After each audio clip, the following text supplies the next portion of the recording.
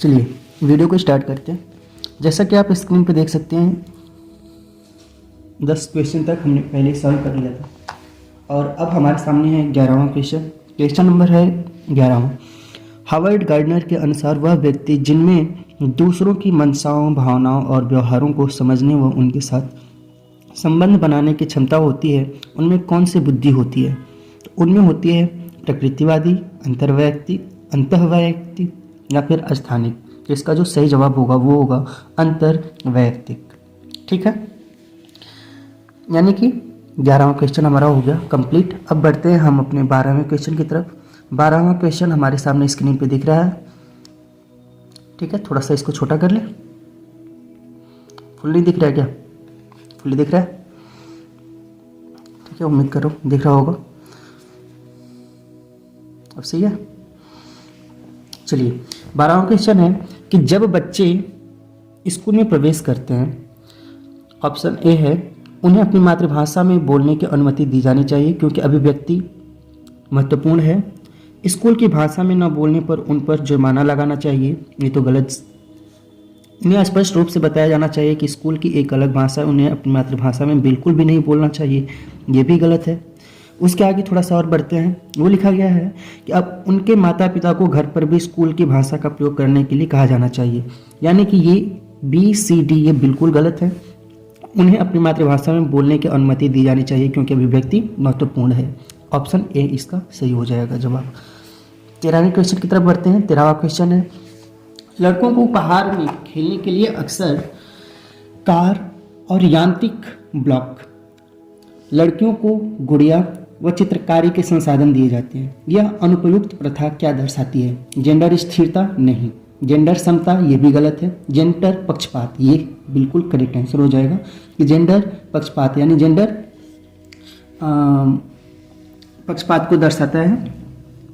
ठीक है, कि उनमें जो जेंडर पक्षपात है मतलब यानी कि लड़का और लड़कियों में भेदभाव किया जा रहा है। ठीक है, अगला क्वेश्चन बढ़ते हैं। 14वां क्वेश्चन जो है हमारे सामने वो लिखा गया है कि एक शिक्षिका को बच्चों के अपने आप से बात करने, ठीक है, को एक प्रतिक्रिया देनी चाहिए, यानी व्यक्तिगत वाक्य को एक प्रतिक्रिया देनी चाहिए। क्या? उसे हतोत्साहित। अगर हतोत्साहित कहीं भी वर्ड आ जाए तो सबसे पहले वो गलत हो जाएगा। उन्हें प्रोत्साहित कभी भी देख लीजिए, दो चीज प्रश्नों में पहले अगर नहीं का या फिर बचना ये शब्द आ जाए, बचना या फिर नहीं, ये चीज अगर शिक्षिका या फिर शिक्षक के लिए आ गया, ठीक, तो वहां पे ये हतोत्साहित वर्ड पे ध्यान देना पड़ेगा। और अगर ये नहीं आया है तो आपको ध्यान देना है कि अगर शिक्षिका है तो वो प्रतिक्रिया देनी चाहिए, तो अगर हतोत्साहित आया तो वो फिर गलत हो जाएगा। इसमें भी हतोत्साहित है, इसमें भी हतोत्साहित है, ये गलत हो जाएंगे। आगे बढ़ेंगे। उसे प्रोत्साहित करना चाहिए क्योंकि इससे स्वनियमन सुसाधित होता है, ये बिल्कुल सही जवाब है। उसे प्रोत्साहित करना चाहिए क्योंकि इससे शिक्षक की जिम्मेदारी खत्म हो जाएगी। तो शिक्षक को अपनी जिम्मेदारियों का एहसास होना चाहिए, शिक्षक को अपनी जिम्मेदारियां खत्म नहीं करनी है, इसलिए डी वाला जवाब गलत होगा, सी वाला जवाब इसका सही होगा। ठीक है, 15वां क्वेश्चन बढ़ते हैं। 15वां क्वेश्चन दिया गया है कि शिक्षक, ठीक है, इसमें सी तक ही, इसके बाद जो एक और है ऑप्शन वो पीछे की तरफ है, लेकिन इसका जवाब जो है वो इन्हीं दिनों में से एक में आ जाएगा। निम्नलिखित में से कौन सा कथन कक्षा में सवाल पूछने के संदर्भ में सही नहीं है? सही नहीं है, नहीं पे ध्यान देना है। विशेषतः देखिए बोल भी कर दिया गया नहीं को। विद्यार्थियों से प्रश्न के उत्तर पूछने का मुख्य उद्देश्य उनका परीक्षण करना है। क्या ये सही जवाब है? विद्यार्थियों से, ठीक, कथन सवाल क्या लिखा है? कौन सा कथन कक्षा में सवाल पूछने के संदर्भ से सही नहीं है? कक्षा में सवाल पूछना क्या सही नहीं है?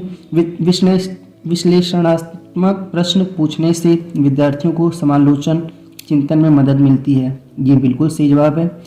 विद्यार्थियों को कक्षा में प्रश्न पूछने के लिए प्रोत्साहित करना चाहिए, सही बात है। प्रश्न पूछने के लिए अगर प्रोत्साहित करेंगे तो अच्छी बात होती है। ठीक है, बच्चों को अगर कक्षा में प्रश्न अगर आप पूछते रहते हैं तो बच्चों की जिज्ञासा भी उत्पन्न होती रहती है। ठीक है, देखिए, एक ये है कि वह प्रश्न जो विवेचन और अनुप्रयोग पर आधारित होते हैं उच्चतर श्रेणी के चिंतन कौशलों को बढ़ावा देते हैं। ठीक है, ये जवाब भी बिल्कुल सही है। यानी कि इसमें जो पहला वाला आपने भी पढ़ा है कि प्रश्नों से विद्यार्थियों से प्रश्न के उत्तर पूछने का मुख्य उद्देश्य उनका परीक्षण करना है, ये वाला बिल्कुल जो है ये कथन जो है कक्षा में सवाल पूछने के संदर्भ में सही नहीं है। ठीक है ना, उम्मीद करूंगा आपको ये समझ आया होगा। बढ़ते हैं 16वें क्वेश्चन की तरफ। ठीक है, 16वां क्वेश्चन,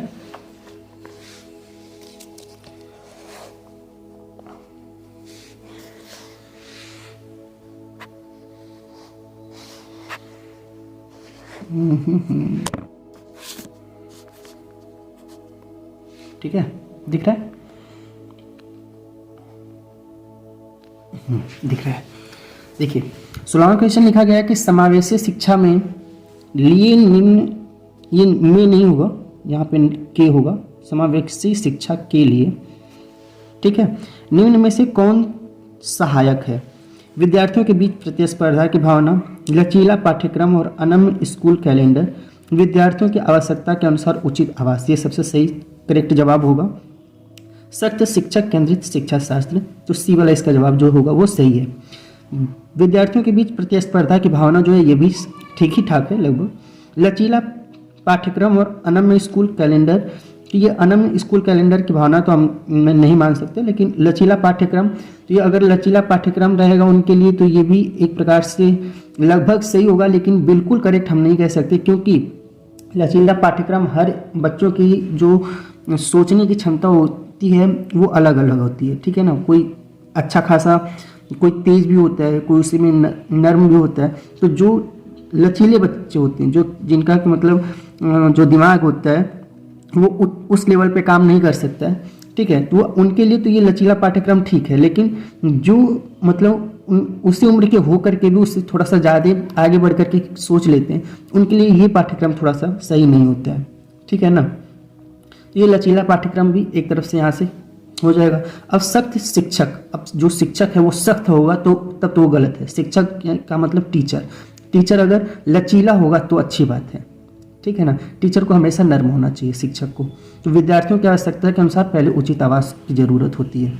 अगले क्वेश्चन की तरफ बढ़ते हैं। 17वां क्वेश्चन लिखा गया है कि निम्नलिखित में से कौन किसी व्यक्ति के हाथ से आंख के तालमेल, संतुलन और शारीरिक निपुणता की क्षमता को प्रभावित करता है? गुणज वैकल्य। गुणज वैकल्य का मतलब होता है गणना करने में कठिनाई। ठीक, निम्नलिखित में से कौन किसी व्यक्ति के हाथ से आंख की तालमेल, संतुलन और शारीरिक निपुणता की क्षमता को प्रभावित करता है? गुणज पठन वैकल्य का मतलब होता है कि पढ़ने में, मतलब अक्षर या फिर किसी शब्द की कठिनाई होती है। भाषा वैकल्य का मतलब बोलने में या फिर उच्चारण करने में कठिनाई। गति समन्वय वैकल्य, ये जो होता है हाथ और आंख के तालमेल, यानी गति समन्वय वैकल्य जो होता है ये आंख और हाथ के तालमेल, संतुलन और शारीरिक निपुणता की क्षमता को प्रभावित करता है। ठीक है ना, जैसे तीरंदाजी वगैरह हो जाती है। ठीक है, इसमें जो डी वाला हो जाएगा वो बिल्कुल करेक्ट हो जाएगा। 18वां क्वेश्चन देखते हैं। 18वां क्वेश्चन दिया गया है कि थोड़ा सा पीछे कर लूँ, अब स्पष्ट दिख रहा हो। लिखा गया है कि उन विद्यार्थियों के सफल समावेशन के लिए जिन्हें दृष्टिबाधिता है, मतलब जो कि अंधे बच्चे हैं, दृष्टिबाधित बच्चे हैं, एक शिक्षिका को क्या करना चाहिए? आसपास की चित्र रूपी सामग्री से, मतलब सामग्री में मौखिक स्पष्टीकरण जोड़। ठीक है, ये बिल्कुल सही जवाब है कि जो चित्र रूपी सामग्री है, ठीक है, मतलब उसमें मौखिक स्पष्टीकरण, मतलब किसी चित्र रूपी सामग्री को उन्हें हाथ स्पर्श कराएं और फिर उसको मौखिक रूप से उसको स्पष्टीकरण कर दें। ठीक है, ये जवाब सही होगा। इन विद्यार्थियों को हस्तलिखित नोट्स दें तो उन्हें कुछ समझ में नहीं आएगा अगर हस्तलिखित नोट्स दे दिए तो। विषय वस्तु को पढ़ने के लिए केवल ब्लैक बोर्ड का प्रयोग करें, ये भी कुछ समझ में नहीं आएगा उन्हें स्कूल के एक अलग संकाय में दाखिला दें, तो स्कूल तो सबके लिए बराबर है, तो एक अलग संकाय में भी बैठा करके उनके लिए कोई फ़ायदा नहीं होगा। ठीक है ना, उनको जो भी करें उनके लिए एक जो भी करें मतलब एक अच्छी तरीके से करें, जो कि उनके लिए भी बेहतर हो और जो आसपास के बच्चे हैं उन सभी के लिए बेहतर हो। ठीक है। जनजातीय समुदायों के विद्यार्थियों के सफल समावेशन के लिए एक शिक्षिका को निम्न में से किससे, देखिए यहाँ पे क्या शब्द आ गया, बचना चाहिए, किससे बचना चाहिए, जनजातीय बच्चों के लिए। तो उसमें उनके दैनिक जीवन और परिवेशन से उदाहरण शामिल करना चाहिए। ठीक है। उनके सामाजिक सांस्कृतिक संदर्भ को महत्व और सफल सम्मान देना चाहिए। इन सबको क्या, इन सब से बचना चाहिए? नहीं, इन सबको उसमें ऐड करना चाहिए, सब कुछ जोड़ना चाहिए। उनके दैनिक जीवन और परिवेशन से उदाहरण शामिल करना चाहिए। उनके सामाजिक सांस्कृतिक संदर्भ और संस्कृति को महत्व देना चाहिए, सम्मान देना चाहिए। पाठ्यक्रम में उनके संस्कृति में प्रचलित लोकगीतों और गीतों को शामिल करना चाहिए। ये सब कुछ करना चाहिए। क्या नहीं करना चाहिए? उन संप्रदायों को पढ़ाना जो उनके जीवन के लिए पूरी तरह अप्रासंगिक है, इन सबसे उनको क्या चाहिए, बचना चाहिए उन अध्यापकों को। ठीक है। अंतिम क्वेश्चन आ जाता है आपके लिए, ठीक है, इस वीडियो का, और वो है, आपको पता है कि हर एक वीडियो में मैं 10 क्वेश्चन ही लेकर के आता हूँ और 10 ही महत्वपूर्ण क्वेश्चन लेकर के आता हूँ। और आपको ये भी बता दूं कि ये जो क्वेश्चंस मैं आपको बता रहा हूँ ये 7 जनवरी 2022 के प्रथम पाली का क्वेश्चन है। ठीक है ना, यानी कि फर्स्ट पेपर का, जो कि 1 to 5 तक के 1 to 5 चैप्टर्स, 1 to 5 क्लासेस के लिए जो चैप्टर्स होते हैं ना, 1 to 5 क्लासेस के लिए जो पेपर्स होते हैं उनके लिए। ठीक है। तो फर्स्ट पेपर का ये है ही, सेकेंड पेपर का भी धीरे धीरे मैं आप लोगों के लिए लेकर के आऊँगा। तो ये CDP की क्लासेस हैं, चाइल्ड डेवलपमेंट पेडागोजी का।